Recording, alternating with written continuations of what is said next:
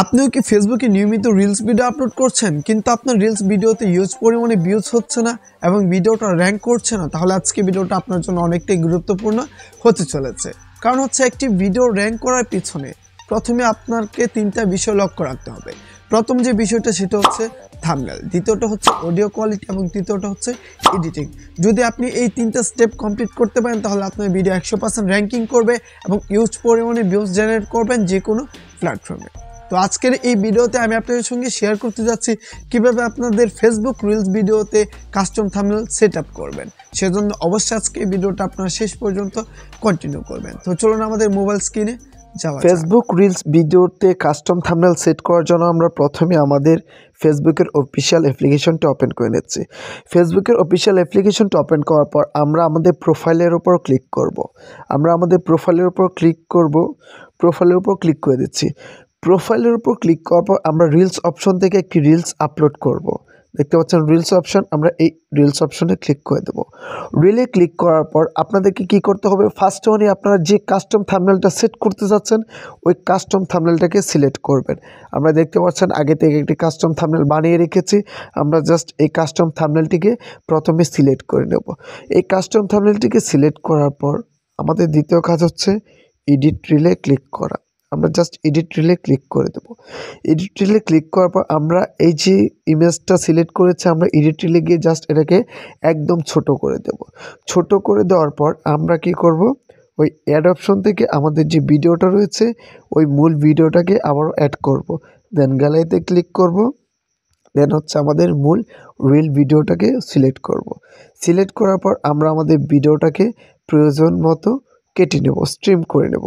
আমরা জাস্ট আমাদের ভিডিওটাকে প্রয়োজন মতো স্ট্রিম করে নেব।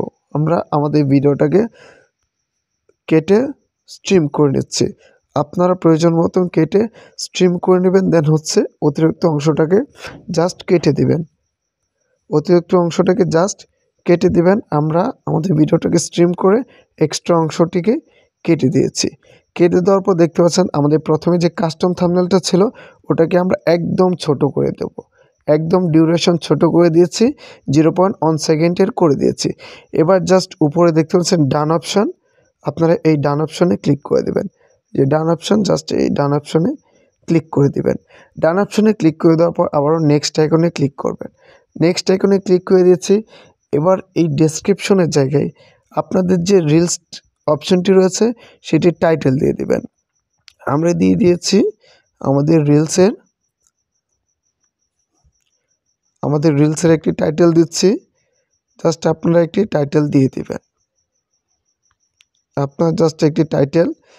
দিবেন। আমরা দিয়ে দিচ্ছি রিলস থাম্বনেল দিয়ে দেব। আপনারা আপনাদের ভিডিও রিলস থাম্বনেল অপশনটিতে ক্লিক করে জাস্ট রিলস থাম্বনেল দিয়ে দিবেন। আমরা আমাদের টাইটেল দিয়ে দিয়েছি রিলস থাম্বনেল। দেন হচ্ছে কিছু হ্যাশট্যাগ ব্যবহার করব। আপনারা আপনাদের ভিডিওতে হ্যাশট্যাগুলো ইউজ করবেন আপনাদের ভিডিও অনুযায়ী। আমরা জাস্ট এখানে দিয়ে দিচ্ছি রিলস, দেন দিচ্ছি আবার হ্যাশট্যাগ দিয়ে থাম্বনেল। আপনারা আপনাদের ভিডিওতে এরকম কিছু হ্যাশট্যাগ দিবেন। দেন হচ্ছে যে শেয়ার নাও, জাস্ট এই শেয়ার নাও ক্লিক করবেন। শেয়ার নাও ক্লিক করার পর আপলোডিং রিলস, আপনারা কিছুক্ষণ ওয়েট করবেন। আমরা আমাদের ভিডিওটি কমপ্লিট হওয়া পর্যন্ত ওয়েট করছি। আমাদের রিলস ভিডিওটি কমপ্লিটলি আপলোড হয়ে গিয়েছে। এবার আমরা আমাদের ভিডিওস উপরে ক্লিক করব। আমরা জাস্ট ভিডিওসে ক্লিক করার পর দেখতে পাচ্ছেন আমাদের ভিডিওর উপরে কিন্তু প্রপারলি থাম্বনেলটা সেট হয়ে গিয়েছে। আমরা একবার রিফ্রেশ করব। দেন হচ্ছে দেখতে পাচ্ছেন আমাদের রিলস ভিডিওর উপর কিন্তু প্রপারলি আমরা যে কাস্টম থাম্বনেলটা সেট করেছিলাম ওই থাম্বনেলটা বসে গিয়েছে। আমরা জাস্ট আমাদের এই রিলস ভিডিওর উপর ক্লিক করে দিচ্ছি।